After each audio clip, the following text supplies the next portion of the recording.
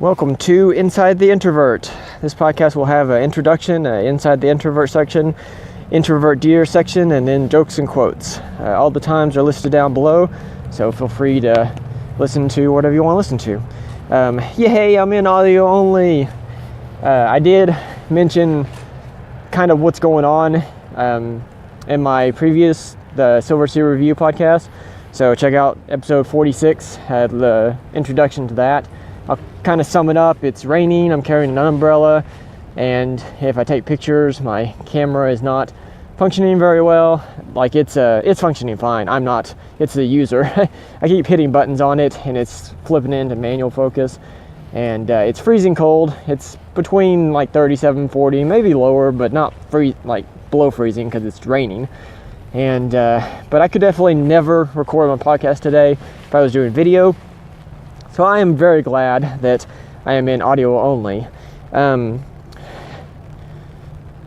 to see, okay, I will describe it here in a minute, but most of the pictures, it seems like I've been taking them, this is the first time I'm doing audio only and that I'm walking around while doing this. I know I did that one where I recorded it, but this time I'm actually taking pictures. So this is all kind of a learning thing for me. Even though I've been doing this for a year, it's still new because it's audio only. And you'll hear my camera every time I take a picture. So like I said, I'll describe where you can see those pictures and everything here in a minute. And my hands are freezing cold because I have just recorded the movie version of this podcast. But anyways, so my introductions. Okay, so when I recorded the previous podcast, I did those all together, mostly, over 2 days. And apparently, the one out of the four, they ended up being out of focus, was the one place I decided to record my introduction videos. So my introduction videos are out of focus. I was like, are you kidding me? And it's so stupid because I've been doing this for a year. You think I'd be able to get the focus. I don't know what happened. Like, I'm pretty sure I must have stepped either too far back or too far forward versus where I pointed my camera to get the focus. And the screen on my camera is so small because I definitely looked at it every single time I recorded one, and it looked like I was in focus. Like, I just can't tell on that little screen that I'm out of focus until it's too late, until I've already gotten back to the house and I go to edit. I'm like, oh great. Like, it's not like terribly out of focus, but it's definitely clearly out of focus. So that's kind of annoying, but I'm leaving it. I'm not going to re-record them. I had the thought to re-record them. I thought, no, I'm just going to leave it. I don't really know why. I don't know if it's because I'm going to show that endings don't always turn out perfect, or that when you think you've mastered something, you can still mess up, or maybe like that was a perfect example of why it's a good time to end the videos and just do audio only. I don't know, or maybe just to show that even after a year, I still make mistakes, but I keep on going. So they're going to be up there, and they're always going to be out of focus, but that's that. Hopefully, most people will just worry about the audio portion of the introduction, which I'll say at the end of the video, but the introduction is just give a little bit more description on what these podcasts are about. So I said multiple times throughout the podcast that I was going to do, when I did this, I was going to do a static image, and it was going to be like one image of me, or one image of a scene, and it'll have multiple versions of me in it. And that was definitely the plan, but I got to think about it more now that I'm actually doing this. And to do that, I would have to carry a lot of gear, because in order to make sure in order to make that kind of picture, to create it, I had to take several pictures, and they all have to be from the exact same position. So that requires my big tripod, because it also requires my big, what I call my big camera, like a DSLR camera. And because that's the only thing, I've got this little shutter release that connects to my cell phone that I can control how often it takes the picture. So my plan was, and what I usually do when I'm making a picture like this, is to set up the tripod, set it to take a picture every like 12 seconds, and then I can just walk around, go to the different positions, and then come back to the tripod. My tripod is so heavy, carrying it around would just be a bear. Plus, I'd have to carry a smaller tripod as well, and I considered just doing that one and just doing my small camera, but I can't connect the thing to make it take a picture every 12 seconds if I do that. So that means I would just have to take individual pictures, and it only gives me like 12 seconds on my little camera to get in a position. And the idea I had, 12 seconds would not be enough. It would be very hindering. So I decided just to scrap the entire idea. So instead, I'm going to do a collage of what I see while I'm walking around, which I had kind of had this idea anyways. I thought maybe underneath the main big picture, I'd do like a few separate pictures so you could see what I'm seeing. So I'm just going to make that the entire static image. So on my YouTube, like, I'll upload the audio and it'll have a static image of pictures that you'll hear me take in the podcast, although I'll be taking some in the first one, so if you only listen to this one, you won't hear them all, but that way you can see the images on there. And I maybe later on, if for some reason it does get popular, I'll probably upload the full-size pictures to like Instagram, but for the time being, I'm just not going to worry about it. It's too much work. So you can see them on the YouTube channel. The last few episodes were a pretty big mess. I don't know what happened. I got out of order. Like when I went back and listened to them, I was like, no, I was saying it like I thought I knew where I was, and I totally didn't know where I was. I don't know. I don't know if I typed them up incorrectly or if I actually posted them incorrectly. I'm not sure. Either way, the order of the last four was terrible, and I was referencing things that I was like, I'll talk about this in a later podcast, and I had already talked about them, and it was bad. Sorry about that, but I'll see if I can do a better job if I decide to record multiple podcasts in a day.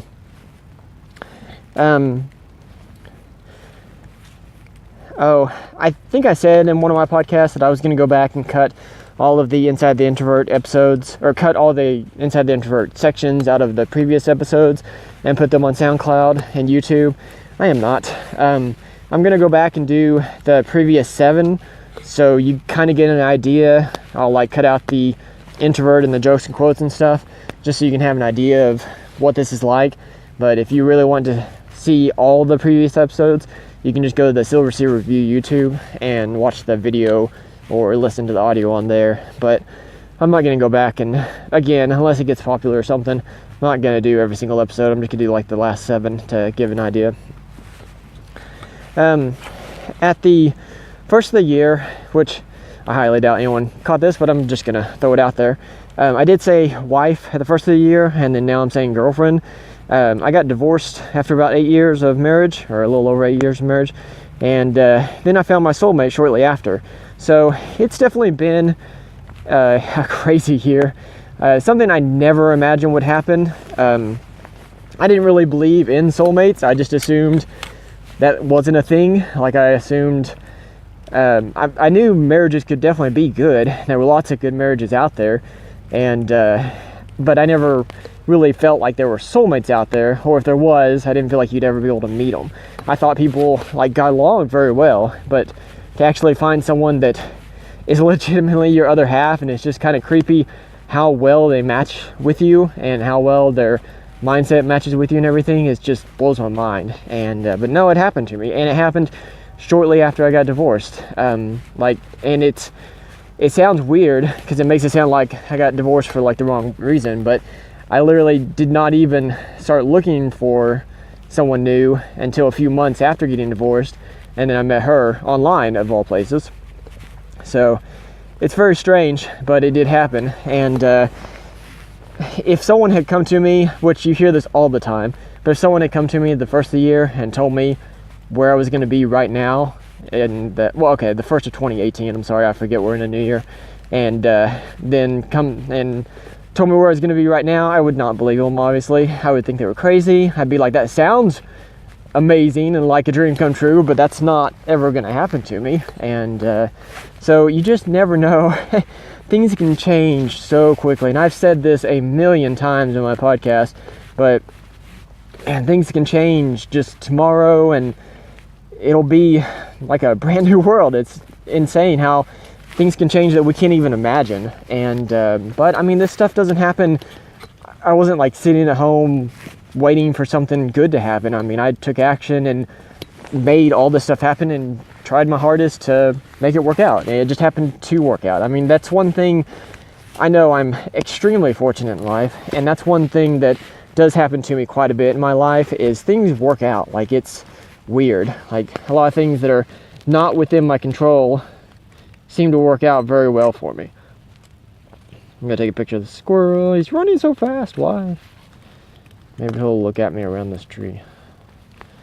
I got one picture of him. I wanted one more. I tried to take a picture of a squirrel in the previous one, and I kept pressing something on my camera, and it was switching it into manual focus, and it wouldn't even let me switch out of it. Okay, stay right there. This is gonna be like a silhouette of the squirrel. Actually, it looks kind of cool. Oh, I think I missed the focus on that. There we go.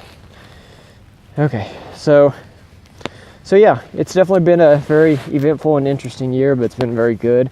And like I was saying, just things work out for me in life. I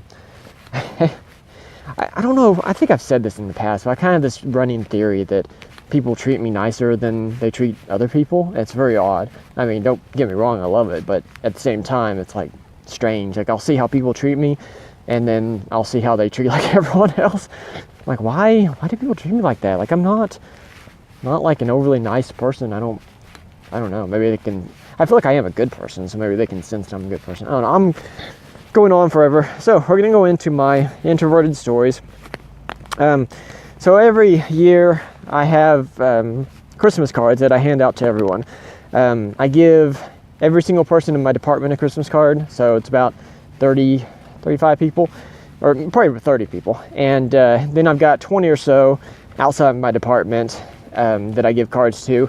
And then I make like 5 extras just in case I forget anybody, which last year I forgot lots of people. This year, did not forget hardly anybody. So I actually ended up having to destroy a few of them because I didn't know who to give them to.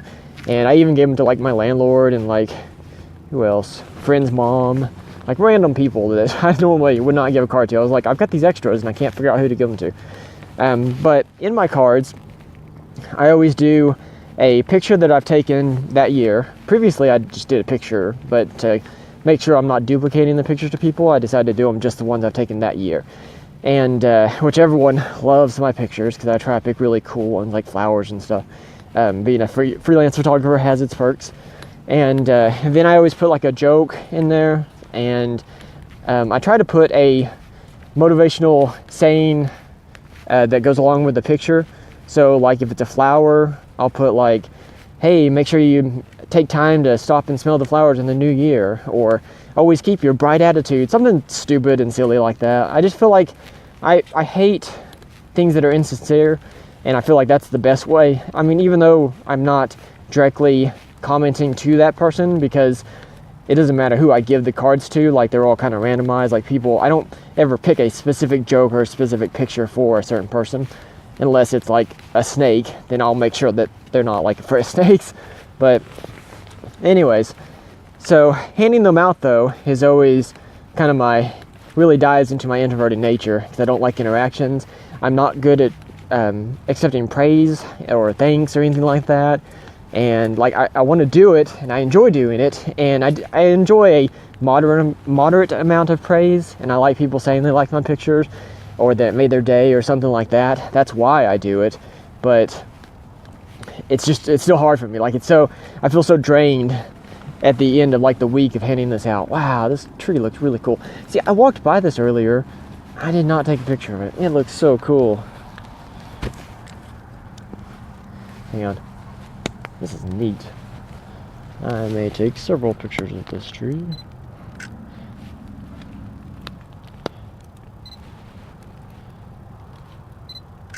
This will probably be in a photo card next year, if I can do it correctly. That's neat. The colors on it are so cool. Okay. So yeah, this hey, it was funny. one guy that I gave it to, because I also put a piece of candy in it. One year I did chocolate, and I was afraid that people were not going to open it immediately, so it would like melt or something. So I ended up doing Werther's Originals, just the hard candy this year. And one guy, it was like the perfect way to thank me. He came by my desk and threw a piece of candy at me, and I had enough time to look up, see what happened, smile at him. He smiled and kept going. I was like, that's perfect, because he returned the gift by giving me a piece of candy, and I know he enjoyed it and everything. It's like, that's great. And I didn't have to say anything. But yeah, it feels great doing the Christmas cards, but man, it wears me out. And that's what being an introvert is like. The next story, there's a lady at work that mentioned my picture of my girlfriend and started asking me questions, but she was asking me loud. She was like a couple desks down, and she didn't get up and come over to me, so she was asking me from loud enough to where everyone around could hear me. And there were questions that were like, they weren't like overly awkward, but they weren't questions I really liked saying out loud. And so people kind of were looking at me, and like I said, it was kind of a weird subject. Oh no, where'd my... I thought I had 3. I guess I don't. Weird. Okay. It was kind of a weird subject, and a lot of people are still kind of finding out that I am divorced, even though it happened about 6 months ago. Or I guess, no, it happened... Well, it became official 6 months ago. Like, it technically happened 9 months ago. But anyways, I'm a very quiet person anyways. Ouch. I tripped on the concrete. And this being divorced or getting divorced is not something that's really something you want to spread around, because it's got such a stigma behind it. So it's just not something I told a lot of people. So it's funny people finding out now that I've got the girlfriend and I'm posting pictures and stuff that I actually am divorced. But I guess that's going to be it. I thought I had 3 stories, but I only put 2 in here for some reason. That's going to be it for my stories. This section is going to be kind of comments and things and information that I have from this newsletter. The newsletter is called Introvert Dear, and which I'm way behind on reading it. But if you do want to know more about introverts, besides listening to my podcast, you should definitely subscribe to the newsletter. It's very short. Usually has like I don't know, 7 stories, and they're maybe a page, 2 pages long. So they're pretty neat. If you haven't done the Myers-Briggs personality test, I highly recommend it. It's definitely not something that will, I've mentioned it before, and it's not like an end-all be-all test. It's not gonna perfectly categorize you and match everybody perfectly. But it can be useful. Like, it gives you ideas, and I'll probably say it a few times, but I am labeled as an ISTJ in the test. Actually, I probably will try not to say that, because that feels weird saying that. But it's just, like, it's not something that, it's like, oh, I can only, like, match with this person. It just gives you an insight into kind of how a person handles situations, certain types of introverts. And it's very different because, like, the next thing I was going to talk about is the ISTP. It's only 1 letter off from me, but it's the complete opposite of me. Like, that type of introvert likes taking things apart and putting them back together. I hate that. There's no enjoyment in that for me at all. They hate theory, and they want to do hands-on. And I don't mind hands-on either, but I really like theories and thinking about things. And it said they don't like feeling stuck or trapped, where I'm perfectly fine having no change going on, and I find what I like and just stick with it. And they really hate red tape and rules, and I am definitely a rule follower. I hate breaking rules, even if I'm just always worried about getting caught, so I really hate breaking rules, like speed limits, do not trespass signs, anything like that. Like, I'm like, I'd just rather not. I've lived my life fine not breaking rules. But things like that, like, it's just 1 letter off, but it's vastly different than I am. And it also can show you how many different types of introverts are out there. The test is not just for introverts, obviously, it's for extroverts as well. That's the I in the first of it. If you're an extrovert, you'll have an E in the first of it. All I know is the I and the J. J stands for judging, although it sounds bad. It just has a different meaning. And I don't remember what the S and the T are. I don't know. Anyways, the last thing I was going to talk about from the, and I'm linking all this stuff to the newsletter because that's what kind of makes me think about this kind of things. But the last one is a tips they had in the newsletter for if you've got an introverted friend. Don't do things unannounced. If it's just going to be the two of us, don't invite others, or at least tell the person first. Like, it's very annoying because for an introvert, we really have to psych ourselves up for social activities, and we have to be prepared. And maybe we had other social activities, and all of a sudden you bring someone else and we're low on energy and we just can't handle something like that. So try to inform your friends if you're going to bring someone else, even though it doesn't seem like a big deal. Often in a group, introverts will not speak unless asked. So if you see them being quiet, feel free to ask them questions and they can answer them, but don't be like, why are you being so quiet? That's why they're an introvert. Text, don't call. A lot of introverts don't like talking on the phone, so we prefer text. If you call, it's a well-known thing that an introvert will just not answer until it's over and then send you a text. It's not that they missed the call, they just don't want to talk because it takes energy. Don't expect constant contact from an introvert, and give us time to recharge. We'll talk about that in later podcasts, but introverts recharge by being alone, so we need that time, and we do not build energy by being around people. It costs energy, so we only have so much. We've got a little battery. Why is it? It's weird. I can hear like water dripping, but I can't see it. That's so weird. I'm just kidding. Oh, I see it now. I'm gonna go put my umbrella under it so that way you can hear it better. That'd be kind of cool. Anyways, we're gonna go on to jokes and quotes. I didn't so much at the seafood party. I think I pulled a muscle. All right, a boiled egg in the morning is really hard to beat. Here we go, we're gonna walk underneath it.